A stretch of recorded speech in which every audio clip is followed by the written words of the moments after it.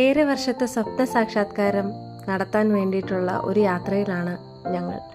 എന്നെ കൊണ്ടുവിടാൻ വന്നത് എൻ്റെ ബ്രദറും മോളും കൂടെയാണ്. ഭയങ്കര സങ്കടത്തോടെയാണ് വീട്ടിൽ നിന്ന് യാത്ര ഏൽപ്പിച്ചത് കേട്ടോ. അവൾക്ക് നല്ല സങ്കടം ഉണ്ടായിരുന്നു. പിന്നെ ഹർഷയുടെ വീട്ടിൽ നിന്നും വന്നായിരുന്നു.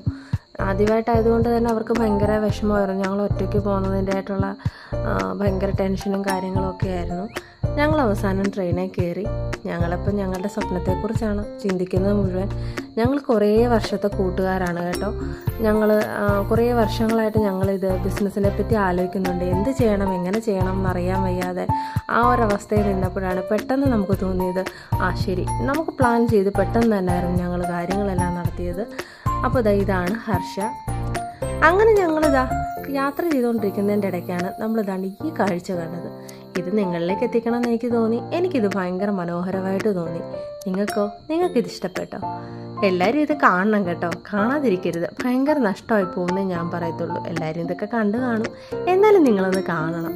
ഈ മനോഹരമായിട്ടുള്ള യാത്രയിൽ നമ്മൾ ഇതൊക്കെ കണ്ട് വേണം പോകാൻ. എൻ്റെ ഒരു യാത്രയിൽ ഞാൻ എല്ലാം ആസ്വദിച്ചാണ് ഞാൻ മിക്കതും യാത്ര ചെയ്യാറുള്ളത് കൂടുതലും.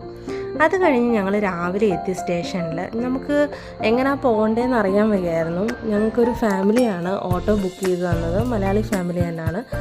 അങ്ങനെ ഞങ്ങൾ നേരെ ആൻറ്റിയുടെ വീട്ടിലേക്കാണ് പോകുന്നത്. നമുക്ക് എവിടെ ചെന്നാലും ഈശ്വരാധീനം കൊണ്ട് എന്താണെങ്കിലും ആരെങ്കിലും തടസ്സമില്ലാതെ നമുക്ക് മുന്നിൽ കാണും. അങ്ങനെ ഞങ്ങൾ ആൻറ്റിയുടെ വീട്ടിലെത്തി. ഏതാണ്ട് ഒരു 11 മണിയായപ്പോൾ ഞങ്ങൾ ഫ്രഷായി. അങ്കിള് ഞങ്ങളെ ബസ് സ്റ്റാൻഡിൽ കൊണ്ടെത്തിച്ച് ഞങ്ങൾ ആദ്യത്തെ പർച്ചേസ് ചെയ്യുന്നത് കേസർ ഫാഷനിലേക്കാണ്. എൻ്റെ പൊന്ന് ദൈവമേ, ഇങ്ങനൊരു അബദ്ധം പറ്റി.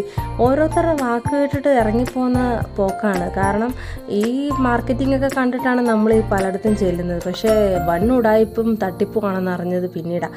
നമുക്ക് വീഡിയോ ഒന്നും എടുക്കാൻ പറ്റിയില്ല കുറേ ഭാഗങ്ങളൊന്നും. കാരണം നമ്മുടെ ആ മാനസികാവസ്ഥ അതായതുകൊണ്ടാണ്. എല്ലാം വീഡിയോ എടുത്ത് ഇടണം എന്ന് എനിക്ക് വലിയ ആഗ്രഹമായിരുന്നു. അത് കഴിഞ്ഞ് ഞങ്ങളൊരു മെറ്റീരിയൽസ് നോക്കാനാണ് പോയത്.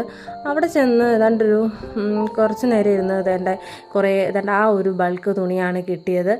ഇതാണ് കിട്ടിയത്. അത് കഴിഞ്ഞപ്പോഴാണ് സത്യം പറഞ്ഞ മുഖത്തൊരു സന്തോഷമൊക്കെ വീണത് കേട്ടോ. കാരണം നമ്മൾ ആഗ്രഹിച്ച പോലത്തെ ഒരു തുണിയാണ് നമുക്ക് കിട്ടിയത്. കാരണം നമ്മൾ ഏറ്റവും കൂടുതൽ നോക്കുന്നത് കസ്റ്റമർ സാറ്റിസ്ഫാക്ഷൻ ആയിരിക്കണമല്ലോ. ആദ്യം നമ്മൾ ലാഭമോ അല്ലെങ്കിൽ മറ്റ് ബിസിനസ് അതിനെപ്പറ്റി ഒന്നും ഞാൻ ചിന്തിച്ചില്ല, അവളും ചിന്തിച്ചില്ല. ആദ്യം നമ്മൾ ഇത് ആൾക്കാരിലേക്ക് എത്തിക്കുക, ആൾക്കാർക്ക് ഇഷ്ടപ്പെടുക, അത് മാത്രമേ ഉള്ളായിരുന്നു. ആദ്യം തന്നെ ആൻറ്റിക്ക് ഒരുപാട് ഇഷ്ടപ്പെട്ടു. ആൻറ്റി ഫസ്റ്റ് കസ്റ്റമറാണ് ഞങ്ങളുടെ. ഏറ്റവും കൂടുതൽ ഇഷ്ടപ്പെട്ടത് ആൻറ്റിക്കാണ്. എനിക്ക് ഒരുപാട് സന്തോഷം തോന്നി. കാരണം ആൻറ്റി നിങ്ങളുടെ സെലക്ഷൻ നല്ലതാണെന്ന് പറഞ്ഞപ്പോൾ തന്നെ എനിക്ക്